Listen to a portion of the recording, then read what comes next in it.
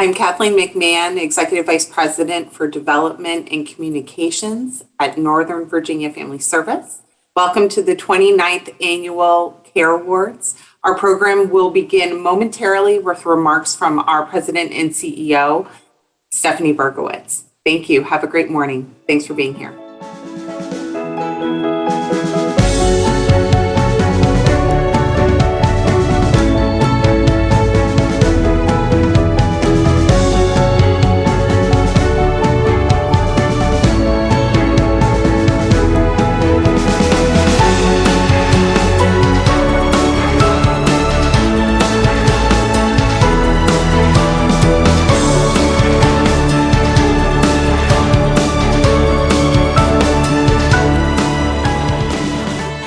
Good morning, everyone. Thank you so much for joining us here today, and welcome to the 29th Annual CARE Awards. It is truly wonderful to be here with you all this morning.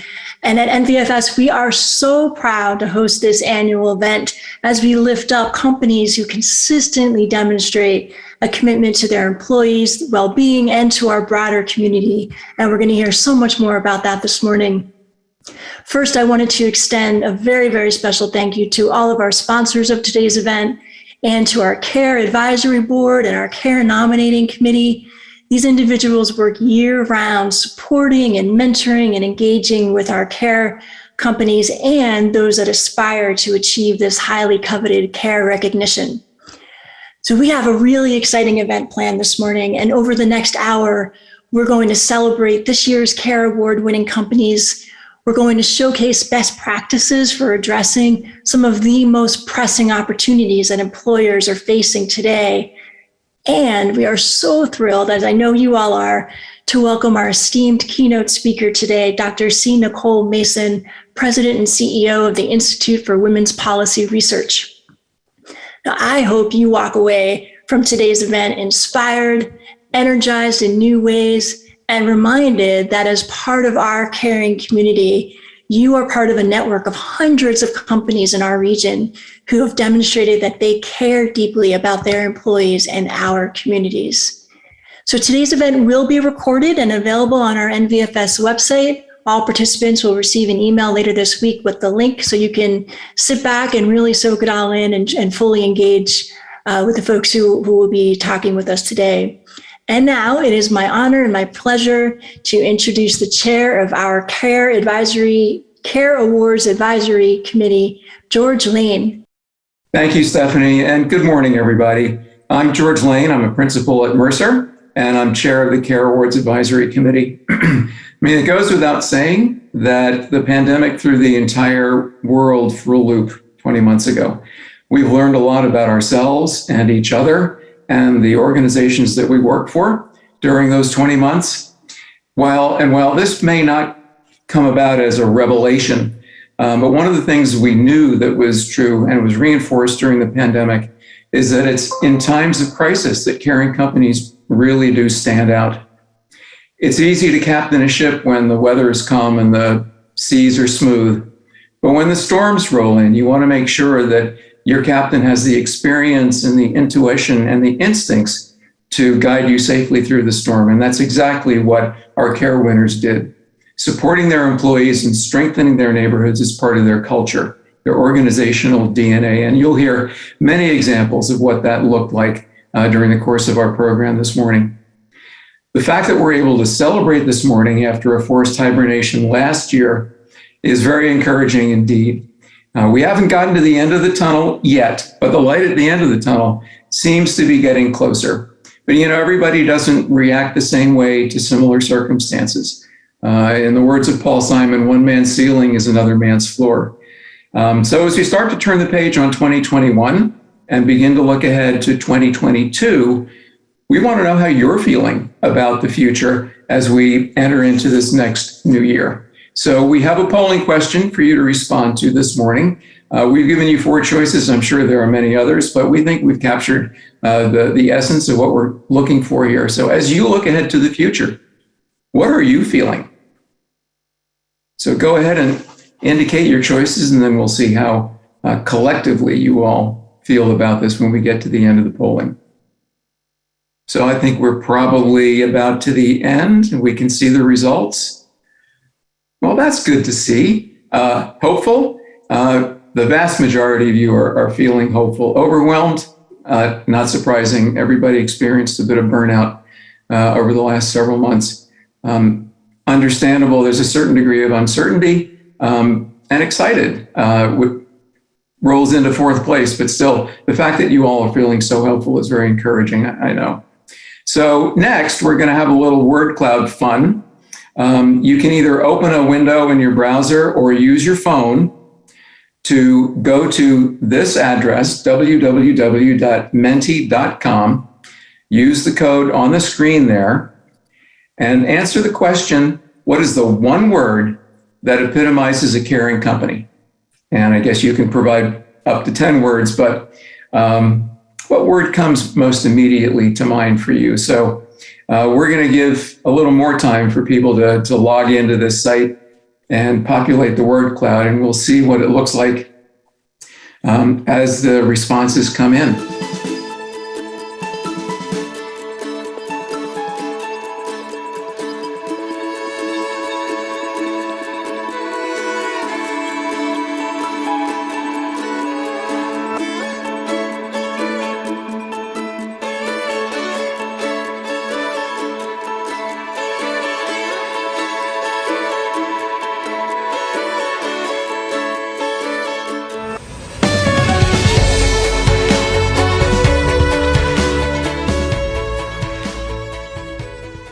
Yeah, there are some very interesting responses to this, but it comes as no surprise that empathy and flexibility are the two most emblematic words that reflect what a caring company is.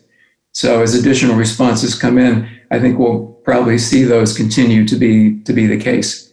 So now finally, as we're approaching the holiday season, we have one more very, very important polling question for you. What is the one Thanksgiving food you would be happy to never eat again, ever? So go ahead and make your selections, and then we'll see where we go with that. And the winner is mincemeat pie. I knew it. Few votes for everything else, but the runaway winner is mincemeat pie. So I hope your Thanksgiving wishes come true. So thank you all for your responses. And now please enjoy this video.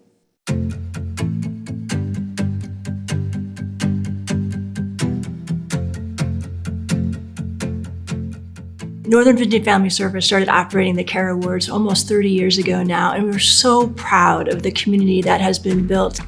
What's incredible about caring companies is the proactive nature in which they reach out. It's the way that they seek opportunities that align with their mission. But what caring companies call it is a way to actively connect their members, their team members, their associates to the place where they live, to the place where they work, so that we can help together build that stronger community. The types of companies that applied for the CARE Awards this year really ranged across all different industries, all different sizes. We had companies with as few as 8 employees and as great as thousands of employees. The common theme that we saw this year was really centered around 2 different topics, one being diversity and inclusion, and the other being just how employers and companies supported their employees during the pandemic over the last year and a half. The empathy that we've seen through the companies and the willingness to pivot and support their employees through everything this year has been so impressive. Many companies really maximize their flex schedule policies. If they didn't have any, then they implemented new ones. And if they had ones in place, then again, they really maximized what they already had in place to help support working parents who were juggling kids, maybe doing distance learning. So that was probably a resounding theme that we saw across the applications this year. Employees really appreciated it and felt it had such a positive impact in their ability to manage and balance their work and their life. We saw that through a number of comments on the applications this year. VBG winning this award this year again as a multi-year award winner just means that we're still focused on all of the right things. It means that we're helping others and that we're continuing to support our community, which is where we're founded. This is where we call home, and it means a lot to us to continue to help home.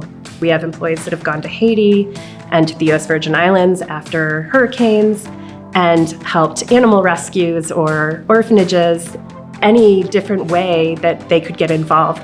I absolutely feel like other companies should get involved in the Care Awards. For BBG, it's affirmation that we've been doing the right thing.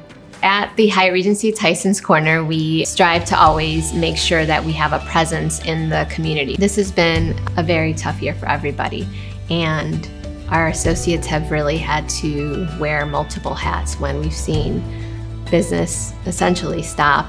The skeleton crew that remained had to wear many hats. It was very challenging. I mean, it still is, to have our team work so hard. What we really had to do was take a pause and see what can we do to continue to motivate this small crew that is here. And that means really getting to know your staff, asking them what's important to them, and trying to meet their needs as best you can. We want to continue to make sure that we make a name for ourselves in the community. We want to continue to ensure that we're making an impact, continuing to make Northern Virginia a great place for people to work, play, and live in.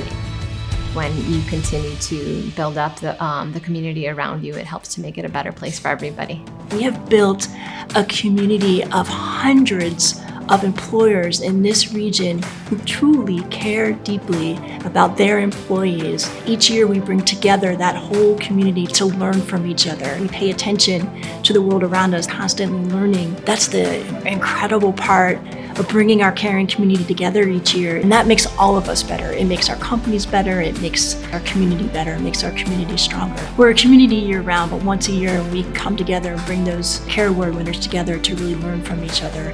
It's a wonderful time of year.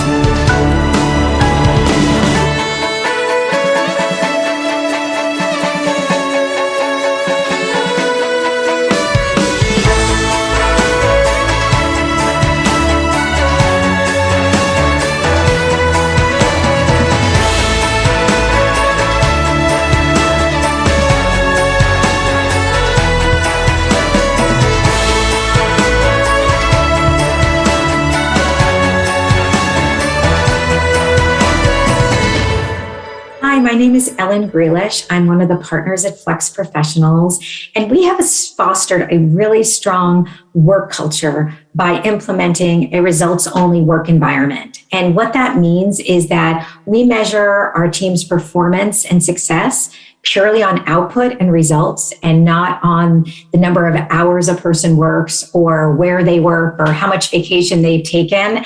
And so our number one rule is as long as our clients are receiving superior customer service, then our team members are empowered to choose where, when, and how they do their best work. So that means no tracking of schedule or PTO.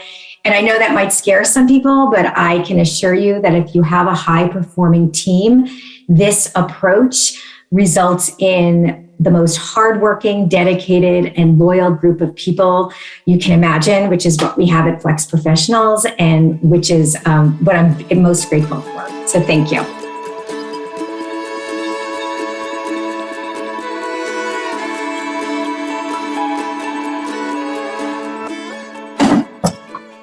Good morning and welcome. I have the distinct pleasure of introducing our keynote speaker.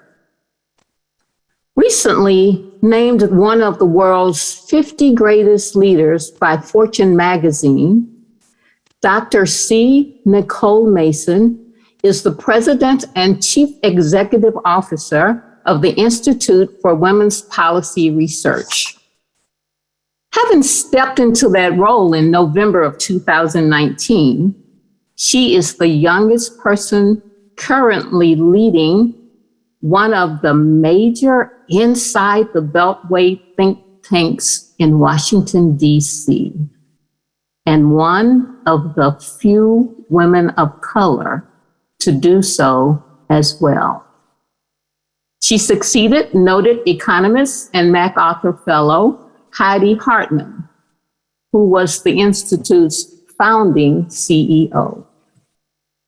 As one of the nation's foremost intersectional researchers and scholars, Dr. Mason brings a fresh perspective and a wealth of experience to the Institute for Women's Policy Research.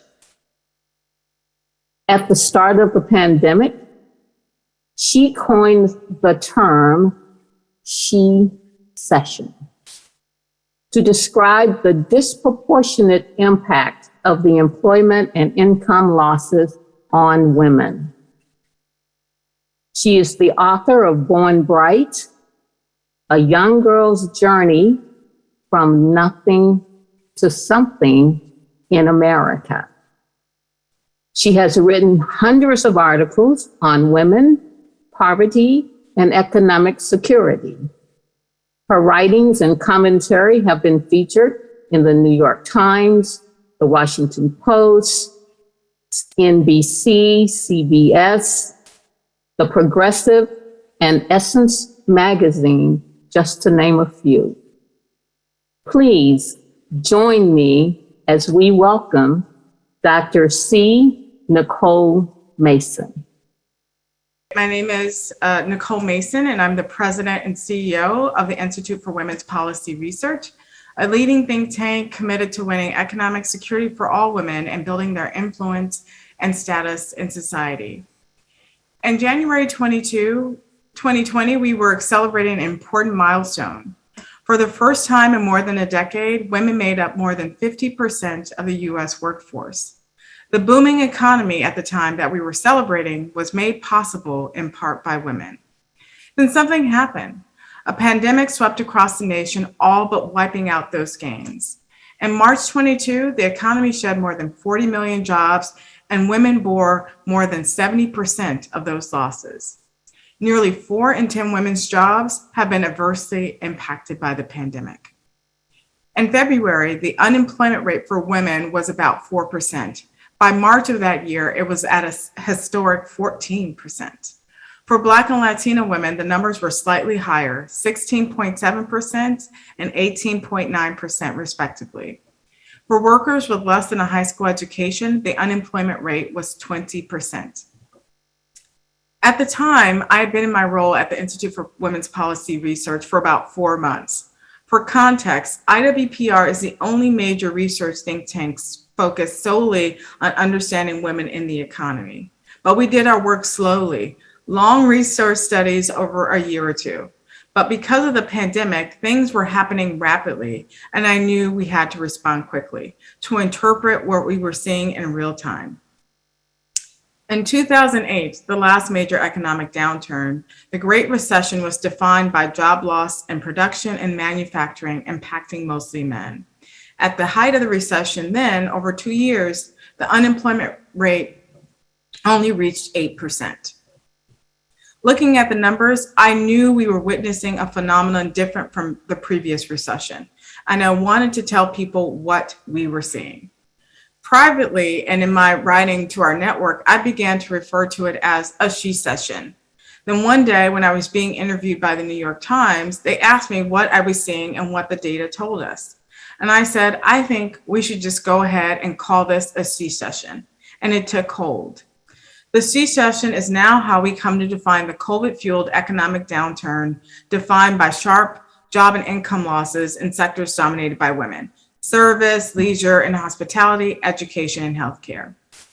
In addition to the income and economic losses, schools and daycare closures across the country delivered another blow to working women and families. Not only were women faced with unemployment, but those employed were also charged with providing care for children who were learning virtually. For many women employed in the service and other essential sectors where you have to show up to a physical location in order to get paid, they faced a tough choice: provide for their families or take care of them. For many, it was an impossible choice. Between August and September 2020, when schools were slated to reopen, more than 865,000 women fell out of the workforce, due in large part to their caretaking responsibilities. It's been a long road and nearly 2 years since we made that milestone announcement about the progress of women in the workforce, and much has changed, and we've learned so much. The pandemic has forced us all in our private and professional lives to rethink work. For women, it brought to life the many conversations that we were having in private about work-life balance and childcare public. For the first time, women in the C-suite and women working at grocery stores understood that being unable to do it all was less about your will and capacity to find more time in a day or to be better organized, but we were working in a system that was failing us, and it wasn't our fault. The other big thing we learned is that work could happen from anywhere and at any time. For so long, asking for workplace flexibility seemed like an accommodation and was off the table at most companies, especially if you wanted to advance in your career. During the pandemic, flexibility became a necessity. And then we started to organize work around our lives instead of the other way around. Now, here we are with the opportunity to reimagine work, with an opportunity to create workplaces that work for most, if not all, workers. And the rest of my time with you, I want to share with you how we might go about doing that. I want to begin by noting 3 things that I think we all want when it comes to work. The first thing we all want is a good job. A good job is one that makes good use of our skills and talents, one that has benefits like paid and sick leave, flexibility, and where we feel we are valued as both a worker and as an individual. The second thing we all want is to be compensated competitively and equitably for the role we are in and for the skills we bring to the table. Right now, women and some workers are not compensated fair or equitably. Women earn 84 cents for every dollar a man earns. For Black and Latino women, the gap is even wider. The pay gap, the difference between what men and women earn for comparable work, is not estimated to close until 2056. And for Black women, it will not close for another 100 years, and for Latina women, 225 years. What this means is that my daughter and my daughter's daughter, if we do nothing to accelerate the closing of the pay gap, will not see pay equity in their lifetimes. Women lose more than $1 million to the pay gap over their careers. Materially, what this means is that it will take longer for women to reach critical life milestones like home ownership. It's less money to save for college for their children, pay down debt, or to start a business. For some women, It's not having to choose between putting food on the table and paying rent. We all want to be compensated fairly and equitably. The last thing I believe we all want when it comes to work is to be treated with dignity and respect, to be able to work without fear or harm, discrimination, or harassment. In addition to being valued for our skills and contributions, we want to be valued for who we are. Women and people of color face a disproportionate amount of discrimination in the workforce. From 1997 to 2018, there were close to 2 million discrimination complaints filed with the EEOC. In 2017, 34% centered around racial discrimination and over 30% on sex or gender. It's estimated that nearly 40% of women experience sexual harassment in the workplace, and 3 in 4 sexual harassment claims in the workplace go unreported. And of those who do make claims, 55% are retaliated against by their employer or colleagues. Women and people of color say that working from home over the last 2 years has been a welcome relief. They don't have to deal with microaggressions or other harmful practices that may impair their ability to perform. It shouldn't have to be this way. Now that I've talked about the 3 things most of us look for when it comes to work, a good job, to be compensated competitively and equitably, I want to turn my attention to how we might do this in our roles as leaders within companies and organizations. But the first thing we might do is to examine our workplace policies and models. The pandemic has forced many organizations and companies to do it. But I believe a one-time examination or periodic review every few years is not enough. We need to build a habit of asking ourselves at least yearly if our workplace model and practices align with our values and mission. It needs to become an institutionalized habit. We can ask, how does our workplace model help and support working women, mothers, and families? How might it hurt them?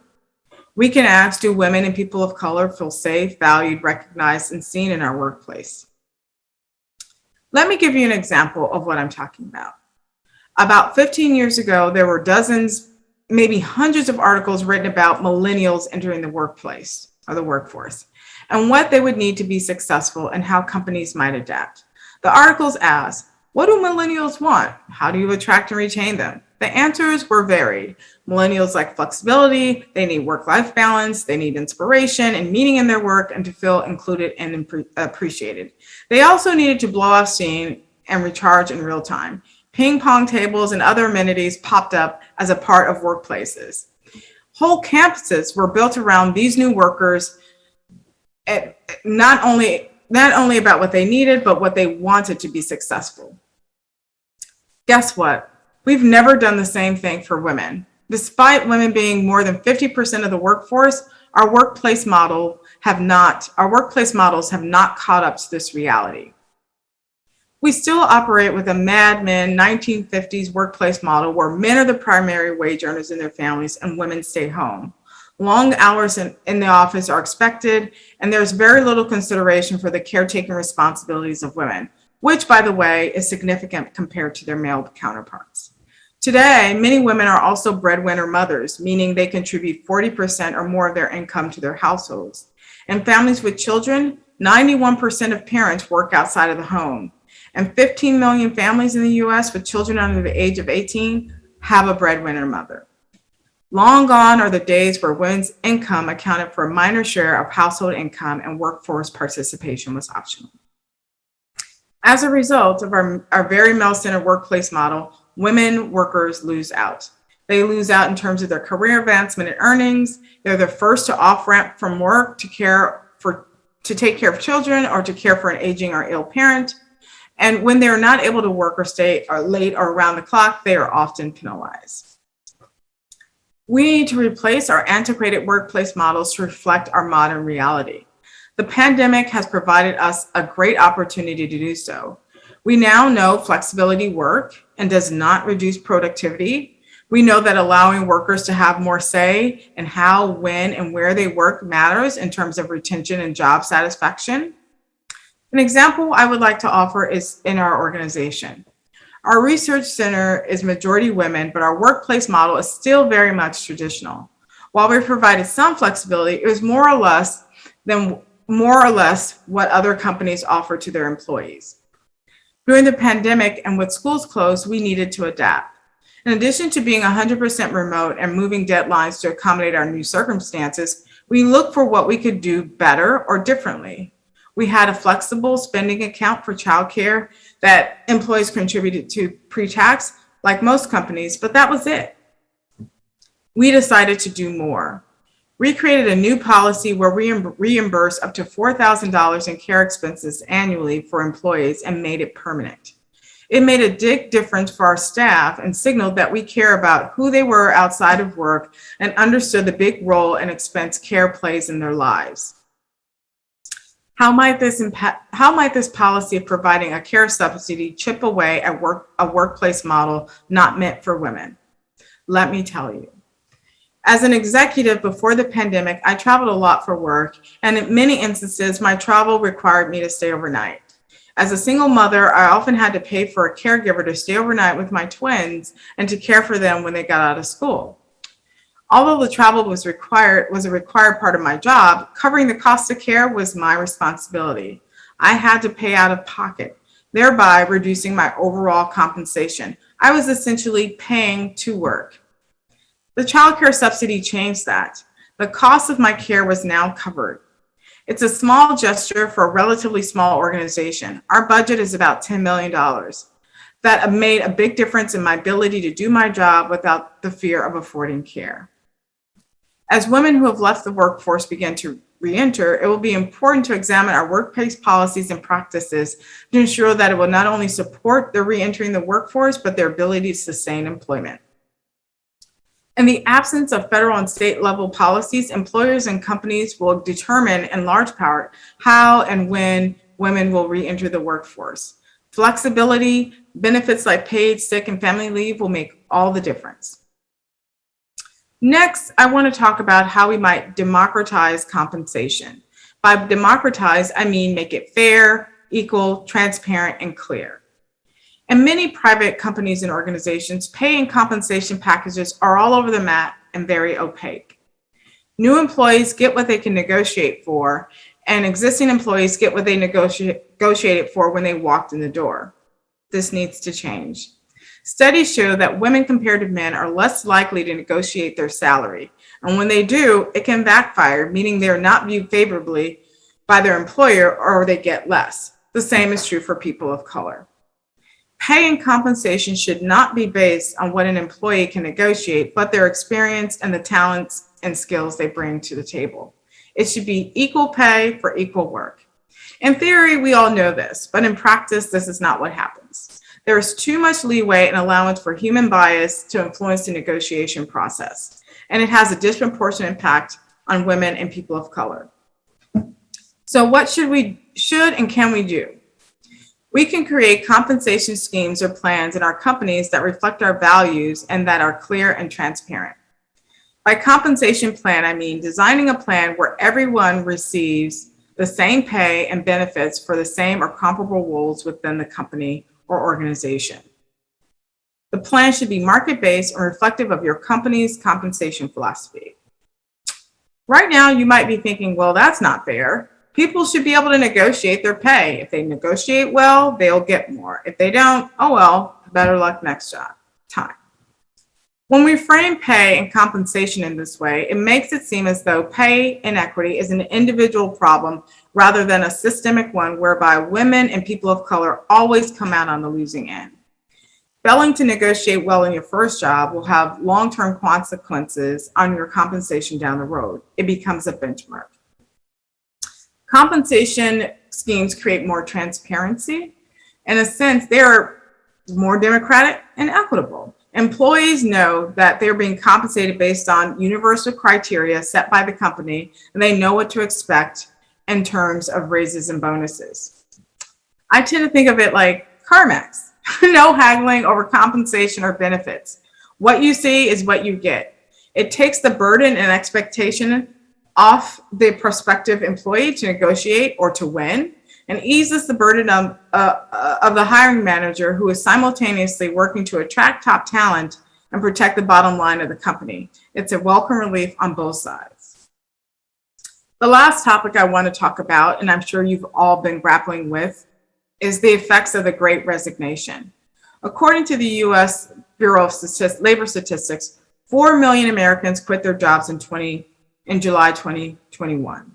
The reason for resignations are myriad: burnout, feeling overworked, desire for flexibility, caretaking demands, or a need to find work that is more connected to their personal values and mission. Employers are not only scrambling to hold on to existing employees, but to fill critical gaps with top talent. I want to frame things a bit from thinking about it as the Great Resignation and thinking about it as the Great Renegotiation. For a large part of working America, work hasn't worked for them or for their lives. And for the last 2 years, the last 2 years have prompted many of us to think about how our jobs might better be integrated with our lives. Flexibility is a new currency. Productivity is no longer defined by one's ability to show up to a physical office. Reliable, high-quality childcare is critical to women's ability to re-enter and stay in the workforce. Paid time off to care for family or when you are ill are not nice to haves, but essential. As employees are rethinking their relationship to work, employers will have to rethink their workplace models, policies, and practice. This is good and the time to do so. I want to end where I started, the pandemic and its effects. The pandemic has accelerated and made conversations about work that were not possible 2 years ago possible. There's been a shift and an opening for reimagining work in our workplaces.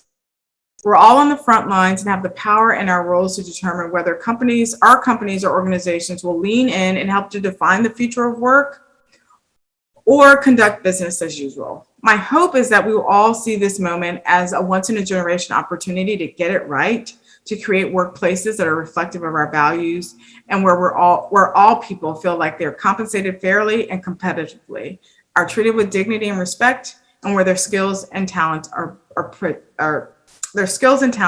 to good use. It's really up to us to seize this moment. Thank you and congratulations to all the CARE Award recipients today. Thank you. Thank you. Thank you, Dr. Mason. I'm sure your information elicited lots and lots of questions, and we would like to take the opportunity to have you answer a few if you don't mind. Can you hear me okay? I can hear you. Okay, great. So the first question that I have is that came in from the audience is, how do you get employers on board with negotiating? And with that, how do you bring them along, and who actually brings them along to be on board with renegotiating pay? Renegotiating pay, or like how they, well, many companies, so in California, some states, they're actually creating policies that are forcing companies to ensure that, pay transparency and ensure that there are no significant gaps in terms of what they're compensating men and women. So companies are doing it kind of involuntarily, but I think it's a really great thing. In places and states where that is not the case, I think a positive attitude about examining compensation, pay within the company is really very important so that it doesn't feel punitive. Many companies are fearful that they're going to discover really big gaps, but framing it as an opportunity to right the ship is, I think, how you want to go about it, and make it an organization or company-wide initiative so people feel included. They feel like it's the process is very transparent. And when we did it, we did across the board, I think with one or two exceptions, had to give pay increases to most of our staff, not because we were paying right at market salaries. Some people were below, or some, we level set for experience. And so some people got increases. But we believe that we couldn't do that compensation study and bring a whole organization along on that journey and then not make the changes. And so readying your organization for that kind of work really requires a lot of intentionality. We have quite a few. I'm going to try to get a couple more in for the time that we have. Here's another one. If there's one thing that an organization can do to increase inclusion, aside from compensation, what would you suggest? I think companies could be honest around the reasons why their organization is not as inclusive as they would desire it to be. And, again, in my organization, we've had to have these very serious questions. Grapple with these questions as well around inclusion, DEI, racial equity. I'm the second leader in the organization's history. The organization, when I came in, was majority white and had a lot of stuff going on there. But I think having a leader or having a committee or a group of people who are really interested in being honest about, what got us to this moment is really critically important. And doing it in a very, again, I can't say enough about the kind of attitude when you start to engage in this kind of work and why it's really important. Like having a positive, opportunity-based attitude is really critical for some of these conversations. Thank you. I think we have about time for one more. And this is related to what we see in the future. What trends from the pandemic, i.e. remote work environments, do you see lasting and transforming the future of our workplace models? Well, the biggest thing, obviously is the remote work and flexibility. Many companies are understanding that productivity doesn't rely on you being in the office.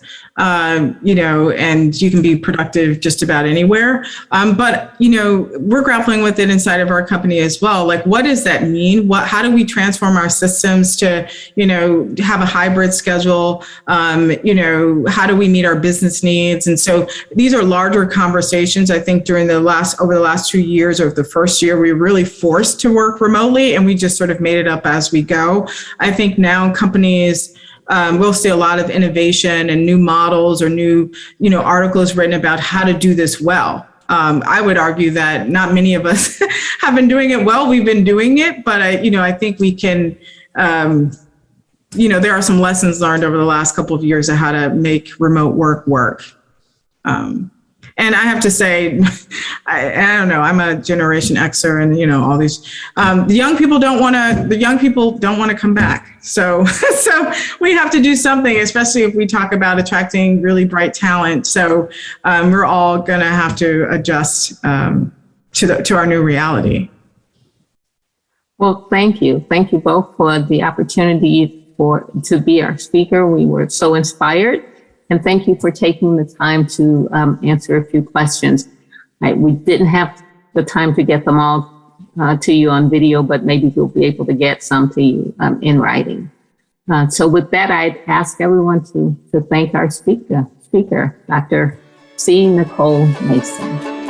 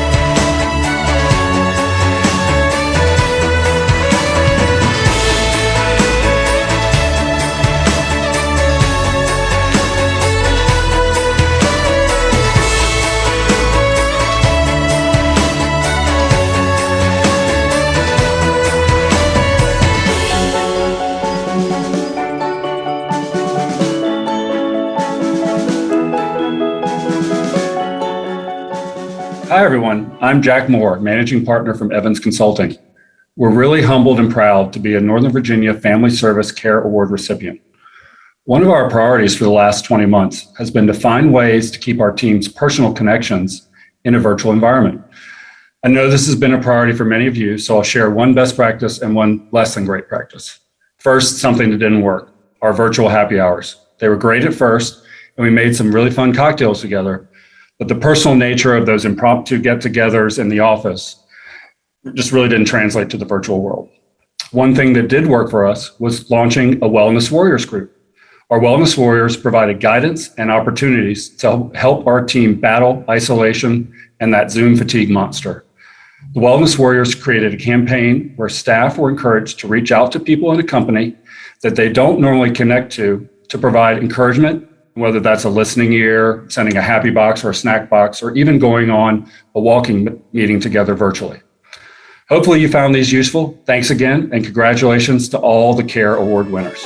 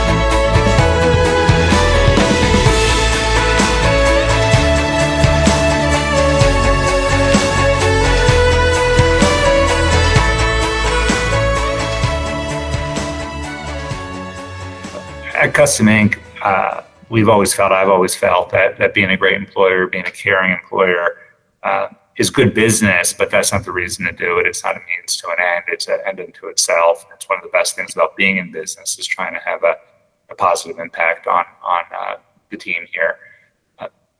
That's never been so true as the last couple of years with just the incredible strain of the pandemic. And even though we went through tough times, including a big furlough when our business contracted like 80%, we still tried to live up to that. For example, we sustained benefits through the furlough. So people could turn to unemployment insurance for cash, but knowing that Custom Inc. still had them in terms of their health coverage for them and their family, I know made a huge difference to people. We also would give them a bridge loan if they needed that while waiting to work the unemployment bureaucracy. Now, after this has been wearing on for so long, the big thing that I think is the issue of the day is mental health. You know, people have faced such strain, their kids at home and the work strain and their life being turned upside down and worried about, sick loved ones and so forth, that it's really taken a toll.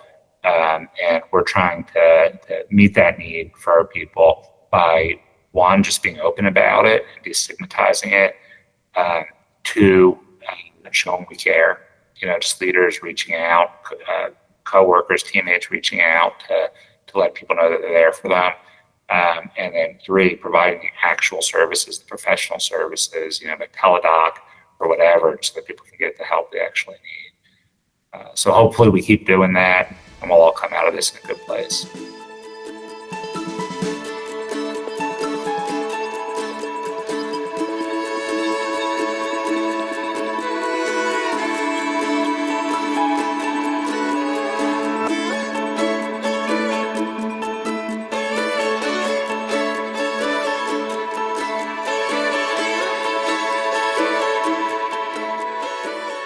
And that concludes our program this morning. Before we go, though, just a couple of thoughts.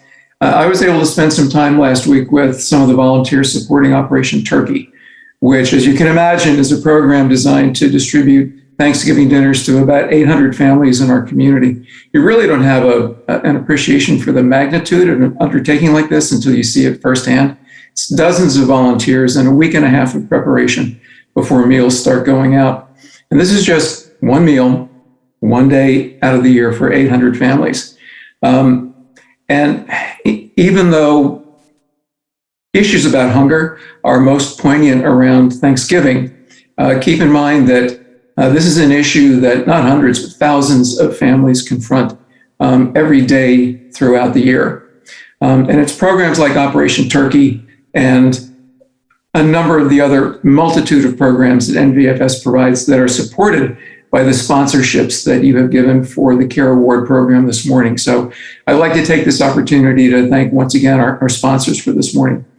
And even though we take this one day out of the year to acknowledge our CARE winners, it's what they do every day throughout the year to support their employees and this region that makes them caring companies. So again, congratulations to our winners. And thanks again to Dr. Mason for all the information she provided for us to contemplate and, more importantly, to act on. Next year is our 30th CARE Award celebration. We'll be providing details early next year, so keep your eyes and ears open for that, and maybe, just maybe, we'll be able to see each other in person. In the meantime, I hope you have a wonderful Thanksgiving devoid of all of those foods you never want to eat ever again. Please don't discuss politics. And whatever winter holiday you celebrate, I hope it's filled with lots of joy and it's safe and healthy. Thank you all for coming and have a wonderful day.